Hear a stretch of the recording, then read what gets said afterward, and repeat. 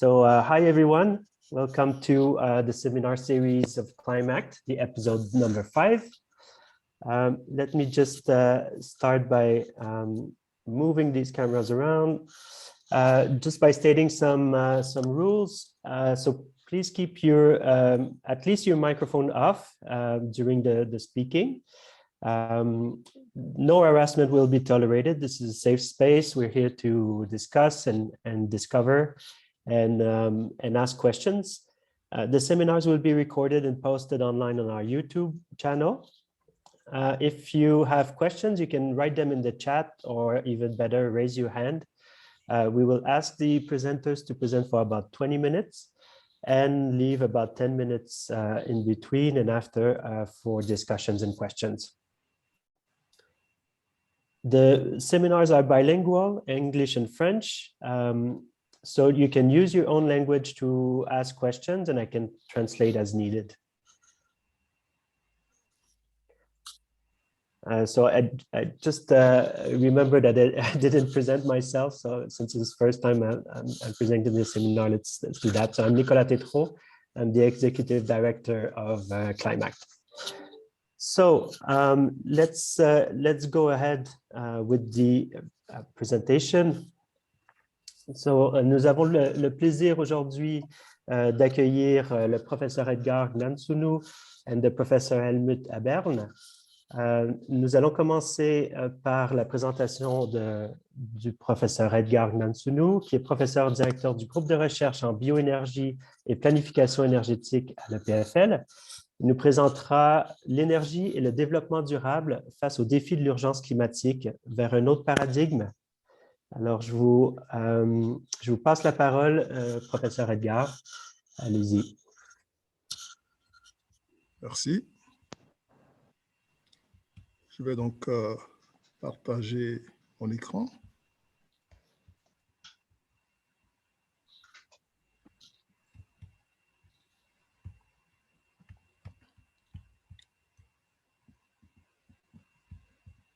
J'aimerais vous remercier déjà de m'avoir invité, disons, à partager avec vous quelques points de vue sur la question. Donc, mes slides sont en anglais et je vais m'exprimer en français. Donc, comme vous voyez, donc, il va s'agir de discuter du thème de l'énergie et du développement durable face à l'urgence climatique. Et je vais introduire donc un nouveau paradigme par rapport au paradigme conventionnel. Alors, je parlerai successivement de quelques données de la situation actuelle. Je discuterai d'options technologiques.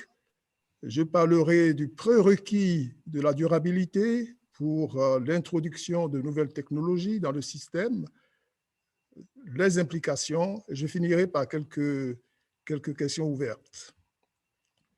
Alors, la situation présente, telle que ceci a été présenté dans le dernier rapport du GIEC, de IPCC donc, la température du globe terrestre aujourd'hui est 1,1 degré en plus supérieure donc par rapport à l'ère pré-industrielle.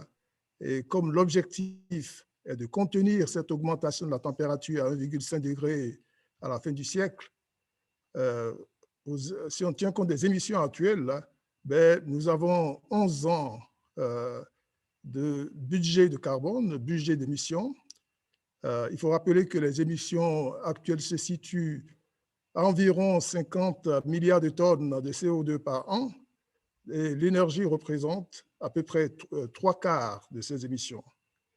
Et avec comme objectif d'arriver à des émissions nettes de CO2 pour la partie énergétique au milieu du siècle, donc à l'horizon 2050, ben, ceci va impliquer des investissements importants de l'ordre de 3 à 4 000 milliards de dollars par an entre 2022 et 2030.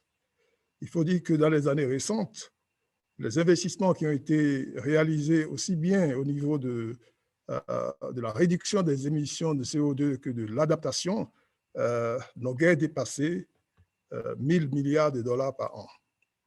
Ceci indique donc qu'il y aura donc un besoin d'incitation accru de façon à atteindre ces objectifs. Comme vous voyez ici, dans le secteur énergétique, les domaines qui émettent le plus d'émissions de CO2 sont l'industrie, qui représente donc une part de l'ordre de 26%. Et puis vous avez ensuite le domaine résidentiel et le domaine des transports. Donc il faut agir simultanément sur ces domaines. Ce qu'on constate aujourd'hui, en tout cas, c'est que les investissements au niveau industriel ne sont pas à la mesure, disons, des besoins. Donc, il importe de faire un effort très important dans ce domaine. Vous voyez ici donc un graphique qui a été publié dans le dernier rapport de l'Agence internationale de l'énergie sur donc, World Energy Outlook, qui montre pour le scénario donc émission nette de zéro à l'horizon 2050, qui montre un besoin d'investissement qui dépasse 3 000 milliards de dollars par an entre 2022 et 2030. Parmi les options qui peuvent être utilisées pour atteindre ces objectifs, certaines options sont déjà matures au niveau du marché. Je pense notamment, disons, donc au solaire, dont les prix ont baissé de façon importante ces dernières années, à l'énergie éolienne. Mais cela étant, l'introduction, l'adoption de ces technologies nécessite tout de moins des incitations assez importantes. Alors, les domaines les plus importants au niveau mondial dans lesquels il faut agir de façon accrue, c'est donc la production d'énergie électrique, dont une partie importante aujourd'hui encore dans le monde est obtenue à partir de charbon, de façon générale à partir, disons, de fossiles. L'électrification dans les pays moins industrialisés est également un domaine important. L'efficacité énergétique dans les bâtiments, l'industrie et les services. Et comme j'ai dit, beaucoup de technologies qui doivent être utilisées sont déjà disponibles, en particulier dans les pays industrialisés à des coûts compétitifs. D'autres, cependant, comme pour la biomasse, beaucoup de produits qui peuvent être obtenus de bioraffineries ne sont pas encore vraiment dans le marché du fait des coûts de production qui restent élevés. Voilà, donc il y aura besoin pour ces produits-là, en particulier, disons, pour la bioénergie, qui présente un certain nombre, disons, de points, disons, favorables, donc la diversité, disons, de bioproduits qui va bien au-delà de l'énergie pour atteindre donc les produits chimiques, les précurseurs chimiques. Il y a une incertitude au niveau des prix, aussi bien des prix de la biomasse que des prix des bioproduits. Il y a également un certain nombre, disons, de limitations au niveau du développement des ressources, limitations au niveau de la terre, limitations au niveau de l'eau. Il faut tenir compte également des effets de rebond qui signifie que lorsqu'on trouve une solution favorable pour baisser les consommations, ceci peut conduire, si l'on ne prend pas garde, à consommer davantage et à annihiler une partie, disons, des bénéfices. Alors, lorsqu'on parle d'options technologiques, il faut penser à la fois à la recherche, développement et déploiement, il faut penser à l'innovation, mais aussi à la régulation. La régulation doit veiller à décourager toutes les pratiques qui ne sont pas durables, ce qui signifie qu'il faut identifier les options les plus durables. Et qui dit identifier les options durables au niveau des produits notamment, ben, signifie qu'il faut des concepts de durabilité sous-jacents. Et si je prends comme exemple le standard suisse de la construction durable, qui permet de labelliser donc, des bâtiments, mais on pourrait parler d'un autre produit. Mais comme je suis en génie civil, donc à l'EPFL, je prends cet exemple. Ce standard est basé sur le paradigme conventionnel. Donc, ça fonctionne comme ça. Il y a des domaines, il y a 3 domaines qui sont les 3 piliers de la construction durable selon ce paradigme. Ces domaines sont expliqués par des thèmes et les thèmes sont expliqués par des critères, les critères par des indicateurs. L'évaluateur met des notes sur les indicateurs, fait donc une moyenne pondérée et ces moyennes pondérées de proche en proche permettent en quelque sorte de calculer la performance de la construction durable. Comme vous savez tous, la moyenne pondérée a cet avantage que c'est très simple à calculer, mais l'inconvénient, c'est la compensation très forte. Vous pouvez obtenir des performances élevées sur certains aspects, sur certains indicateurs, mauvais sur d'autres, il y a compensation entre les deux.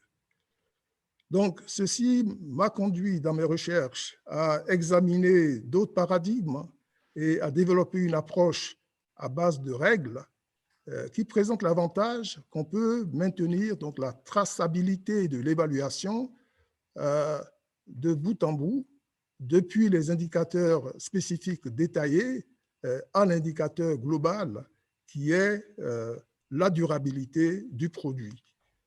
Donc, un premier paradigme que j'ai développé, un paradigme qui est obtenu, disons, de paradigme conventionnel, simplement en considérant 6 domaines, 6 domaines qui constituent en quelque sorte une partition avec l'intersection que vous voyez, donc ABC. L'intersection ABC a une signification particulière dans mon développement.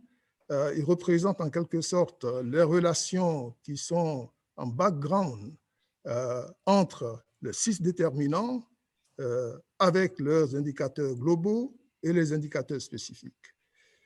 Donc, sur la base de ce paradigme, qui n'est pas très éloigné du paradigme conventionnel, ben, on peut construire donc un outil qui permettra, disons, qui permet d'évaluer la durabilité de différents produits.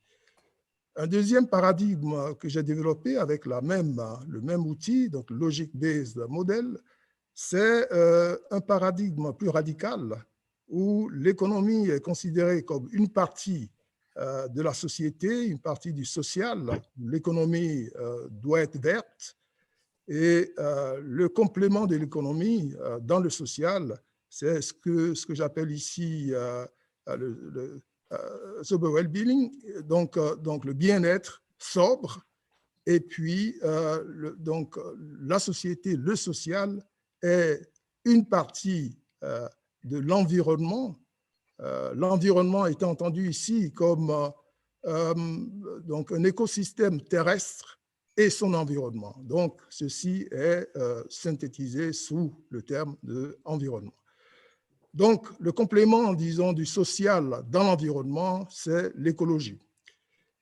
Voilà, donc, avec ce paradigme également, un outil a été développé qui est basé sur ce modèle de logic-based. Le paradigme conventionnel a ceci de favorable que c'est simple, mais une des critiques importantes, c'est le compromis qu'il faut trouver entre les 3 piliers, les 3 domaines du développement durable. Et lorsqu'on regarde, en fait, ce compromis est largement en faveur de l'économie. Une économie qui, comme le social et l'environnement, sont considérés comme 3 domaines autonomes. Autonomes, certes, mais aussi dépendants les uns des autres au travers des intersections que nous avons vues tout à l'heure, mais tout de même autonomes. Et cette façon de faire conduit parfois à des contradictions, à des conflits entre certains aspects de ces domaines. je pense que l'urgence climatique constitue en tant que telle donc un échec du marché, et ce nouveau paradigme est un paradigme qui replace l'économie dans son rôle en quelque sorte de moyens pour la société de développer des activités de production, distribution, utilisation, accumulation et patrimonialisation de richesses, et c'est ainsi que c'est considéré dans ce paradigme. Quant au social, le social dans la pure tradition, disons, la pure tradition de l'écologie sociale, ou de la social écologie, ça dépend, disons, de comment on prend les choses. Donc, ceci a été longuement documenté. Vous pouvez, ceux qui sont intéressés, de voir les frameworks utilisés pour faire de l'évaluation dans cette conception, peuvent consulter, lire un article de Binder, 2013, mais également d'autres articles tels que Leslie 2014 et beaucoup d'autres. Alors, donc, dans cette conception, vous avez deux déterminants, l'écologie d'une part, le social d'autre part, et c'est les deux déterminants de la durabilité. Chacun de ces déterminants a également deux indicateurs globaux qui sont pour l'écologie. Donc, vous avez l'écosystème local, l'écosystème global, qui chacun ont des indicateurs spécifiques, dont certains sont donnés ici, et qui peuvent être modulés en fonction des besoins de modélisation, en fonction donc, du contexte. Le social, là, donc, a deux indicateurs globaux, qui sont donc le bien-être sobre, avec ses indicateurs spécifiques, l'économie verte, avec également ses indicateurs spécifiques. Tout ceci permet de développer un outil simple sur Excel pour le moment, qui, en fonction, disons, des notes que l'on donne, des notes qualitatives que l'on donne au niveau des indicateurs spécifiques, se propage au travers de règles jusqu'à permettre d'évaluer si le produit est très durable, moyennement durable, faiblement durable. Alors, donc avec cet outil, l'ambition est de développer ce qu'ils appellent le greenness, donc la qualité, disons, de durabilité d'un produit. Tout ceci a pour but de permettre, en quelque sorte, de distinguer les produits qui sont vraiment durables des autres, d'accroître donc le soutien financier au développement de ces produits, mais ce soutien financier aura besoin de ressources, ce qui implique que les moyens de collecter ces ressources soient acceptables, surtout dans des pays démocratiques où le peuple peut s'opposer, disons, à ces moyens. Il faut que les modes, en quelque sorte, de soutien à ces produits, que ces modes aient une certaine, disons, un certain caractère d'éthique, éthique sociale, équité sociale, qu'on évite, par exemple, disons, de faire augmenter les prix des produits pour tout le monde. Alors, pour ce qui est, disons, des bioproduits, les matières lignocellulosiques, leur disponibilité peut poser des problèmes parce que même si dans l'absolu ils sont disponibles en grande quantité, leur collecte n'est pas si évidente que ça, et il faudrait qu'on s'assure qu'il s'agit, disons, de feedstock durables. Aujourd'hui en particulier, on se tourne vers les résidus agricoles, mais à condition que ceci n'ait pas d'impact négatif au niveau de la qualité du sol. Les micro-algues également font l'objet de développement et puis donc la production microbienne peut servir également, disons, de feedstock. Donc, vous avez l'évaluation des émissions de gaz à effet de serre qui peut aussi poser problème dans le cas particulier des bioraffineries où, en utilisant donc l'analyse de cycle de vie, on rencontre souvent des problèmes, disons, d'allocation entre les coproduits des émissions qui sont communes. Dans ce domaine, j'ai développé une approche appelée donc le claiming-based model qui permet en quelque sorte de faire cette allocation. Également, notre modèle a été développé au niveau économique pour l'allocation, disons, des ressources communes entre les coproduits, les produits qui partagent, disons, les mêmes ressources, l'utilisation de ressources communes. Comment les allouer entre les produits. Alors, un point important à dire, c'est qu'il faut éviter, dans le soutien qui est accordé aux produits, il faut éviter ce qui a été appelé donc, le green paradoxe, qui fait qu'on peut subventionner le développement de bioproduits et favoriser de la même manière l'augmentation des émissions de CO2. Ceci a été documenté dans un certain nombre d'articles par rapport en particulier donc, au bioéthanol. On pourra en discuter tout à l'heure.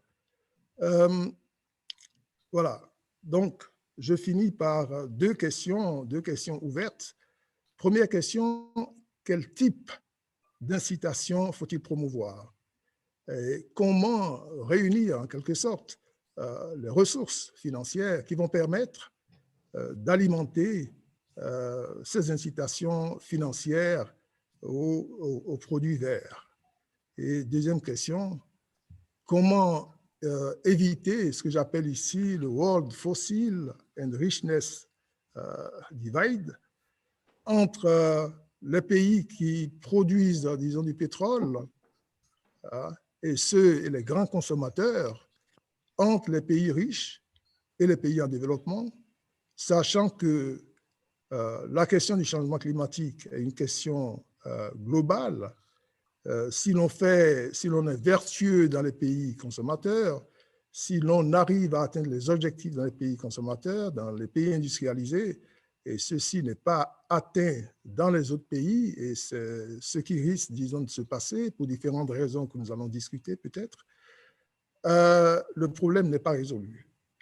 Donc, la question qui se pose sous-jacente, ça va être une question aussi de savoir comment allouer les investissements entre les stratégies d'adaptation et les stratégies de réduction des émissions de CO2. Merci de m'avoir écouté et je suis à disposition pour échanger avec vous. Professor Aberne is a professor at the Institute of Social Ecology at the University of Natural Resources and Life Sciences in Austria. He will be presenting on a sustainability diet for global social metabolism and the role of infrastructure and settlement patterns. Thank you very much. Go ahead.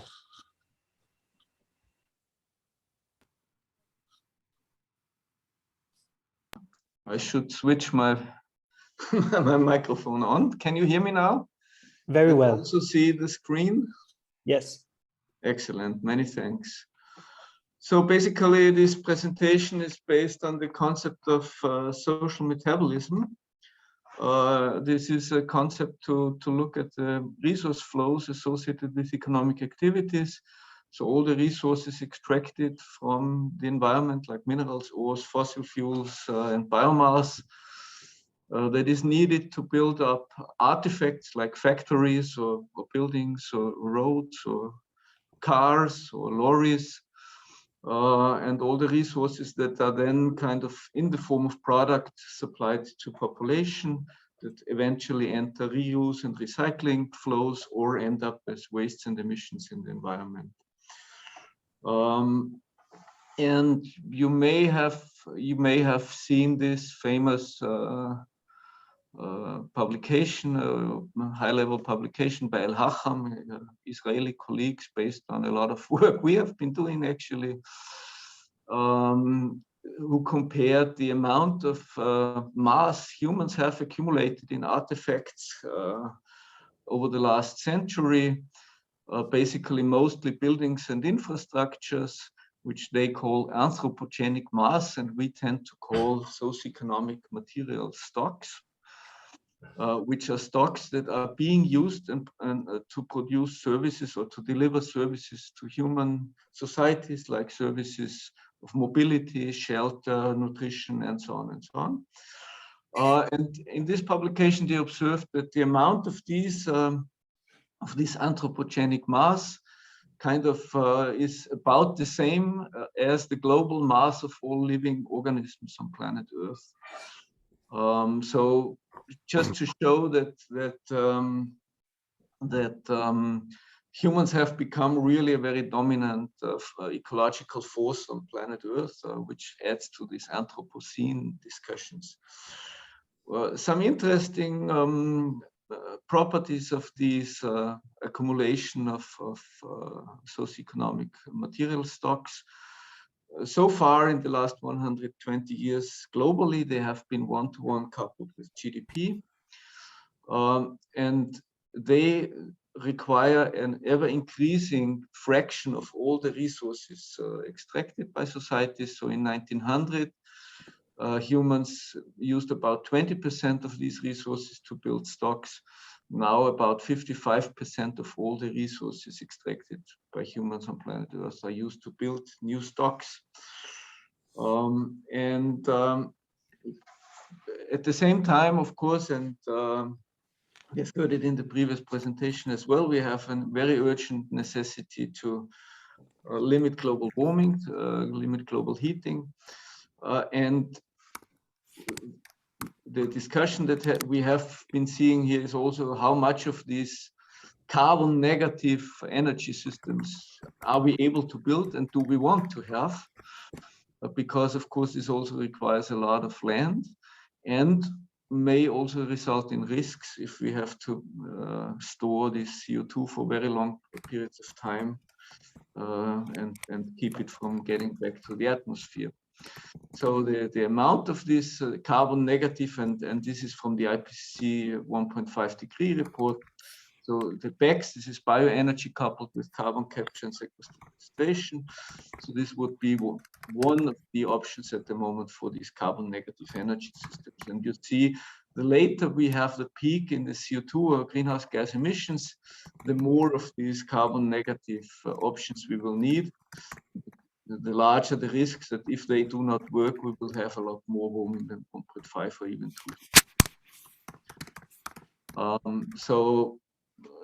Actually, if we want to avoid these risky technologies of BECCS, we have to reach net zero carbon dioxide and other greenhouse gas emissions very fast, actually in 2 or 3 decades. At the same time, we know that globally we have 80% fossil fuels. In Austria, we have a little bit less. We have about 7 in France. It's probably also around that. At the same time, we need this transition very fast. So the question is, so actually, if we take it seriously, and in Austria, we have as an official government target to have for Austria to become climate neutral until 2040, so in 18 years. It's quite absurd if we build any new structures that have lifetimes of more than 8 to 10 years that require fossil fuels, buildings, infrastructures, machinery. And at the same time, we have to refurbish and replace the machinery and buildings we have by zero fossil fuel options very, very fast. And this is a big challenge, as I will show. So this is the model we are working with. It's a so-called MESO model. It's about extraction of resources, processing of the resources, subdividing resource use into energy use and material use, and then calculating the stock building, and in the end, waste management, recycling flows, and emissions and waste flows. So we have used this to establish these global pictures showing the increases in the extraction of resources, the increasing stocks of materials that have accumulated through that, and the waste and emission flows. This red line here in the middle is GDP, and as I said, this is very much linked to this growth of stocks. This green line here is exergy, useful exergy. So you see this is also very strongly coupled with GDP.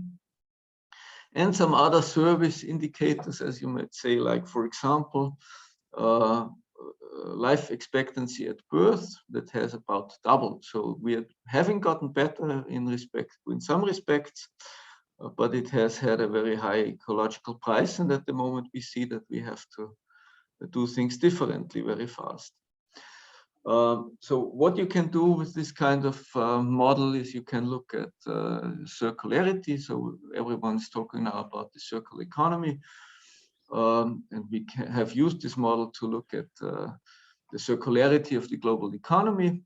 And the interesting thing is, in 1900, circularity rates, input cycling was 43%, output cycling was 46%. And this has come down to 27% at the input side, 40% at the output side, and actually resource flows have multiplied. So this is kind of largely to scale. So you see the yearly resource flows of humanity in 1900 and compared to 2050. And these emissions here, do you see the cursor? Yeah. These emissions here, that's what is mostly the greenhouse gas emissions that we need to get rid of in very short time. So why do I think that these material stocks are so important? And this is Brussels, by the way. So you see a lot of material stocks. You see a train station, you see roads, you see buildings, and all these structures, they transform resources into services such as shelter, nutrition, mobility. Building up those structures requires large amount of resources, and I said an increasing fraction of a strongly growing amount of resources that humanity is using. 55% now is used to build up and maintain these stocks. And the patterns of these material stocks, they shape social practices, including production and consumption. And just if you look at this picture, of course, it will depend on the infrastructures you have available, whether you will use the train and have a relatively resource efficient form of mobility, or whether you will use the car and have a lot less resource efficient and more greenhouse gas intensive form of mobility. And whether you can use the train or use the car will depend on the settlement patterns, on the infrastructure patterns. So these practices of mobility, for example, that are extremely important for driving greenhouse gas emissions and resource use, they are locked in by these structures that we are creating while we speak. And for example, in Austria, we are actually even worse than the global picture. In Austria, the buildings are already about twice as heavy as all the, we wrote trees here, but trees is kind of symbolic for the biomass of organisms, because trees are the most heavy organisms. And if you look at these patterns, of course, the settlement patterns, but also the mobility infrastructure patterns, they lead to certain mobility practices in everyday life of people living in these houses and living along these infrastructures. So I would argue that these are very important structures that we need to think about and probably change if we want to become carbon neutral in a very short time in the future. This is just to show what we can do in terms of mapping using remote sensing technologies. Together with Humboldt University in Berlin, we have established these material stock maps, which also have a quite important thematic differentiation. So these are the total material stocks in buildings and infrastructures, and you see there's very few single-family houses in the center of Berlin. So this is the center of Berlin. This has 10-meter resolution. You can see there are many multi-family houses, a lot of commercial industrial buildings, and you also can see the roads and the railroads. On the right-hand side of the graph, you see the amount of tons, the gigatons of materials stored in these buildings and infrastructures. So many people have this picture in mind when thinking about sustainability. So they think about something that's called decoupling. So the idea is we will have more economic activity and perhaps even more human well-being than economic activity, but we have to decouple this economic activity from resource use, and perhaps even we can do a little bit more decoupling from impacts. And so we might be able to reduce environmental impacts while having more economic activity.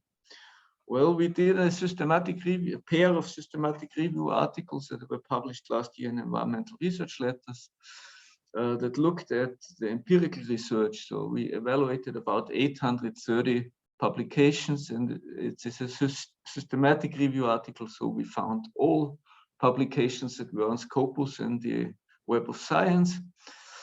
And from there you see that there is some relative decoupling ongoing, but for 1.5 degree, we need absolute reductions in emissions that are a lot larger than any of these relative decouplings that we observe for all these impacts, whether it's total primary energy supply, whether it's final energy, whether it's materials, CO2 or greenhouse gas emissions. We have some relative decoupling, but this is by far not commensurate to the targets that we need if we take the 1.5 or even 2 degree target seriously. An additional problem is that is a distribution problem. So we know that the super rich people, they have a carbon footprint that is about 10 times the global average and about 7 times the Austrian average. So if people often say, well, we have to do something about 2 billion people living in poverty, I fully agree. But perhaps we also have to think about the impacts of the super rich people, because there is no limit to consumption. So if people get richer, the moment with current technologies, we will have more emissions. And we looked at 2 scenarios of global stock development, material stock development, which overcome this kind of distribution issues just at the per capita level globally, with 2 assumptions. One, a convergence, a global convergence of material stocks per capita to the level that we had in the industrialized world in the year 1970, which wasn't perhaps so bad a situation to live in, and the convergence at the level that we had 2015. Actually, we are even higher now because it's 2021. And then we assume that we can have carbon neutral. So by some magic technologies introduce decarbonization, and look at how this works out. So this is the GDP-driven scenario. And you see the rest of the world, where most of the people live, get a very small piece of the pie. This is convergence 1970. This is convergence 2015 level. And here you see this is at the same level. This is kind of commensurate with population. So this is just the same level of material stocks per capita.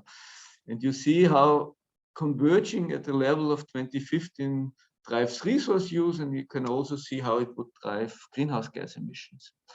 And we also have looked at what it does to a 1.5 emission space. I don't have time now, but you can, from these scenarios, and actually our GDP-driven calculation is very, very similar to the IPCC SSP2 scenario. So that's the business of usual scenario, with a model that's about 2 orders of magnitude more simple. Yeah. So actually you see that the challenge for decarbonization becomes insurmountable if we want to have convergence at the level that we have now in the industrialized world.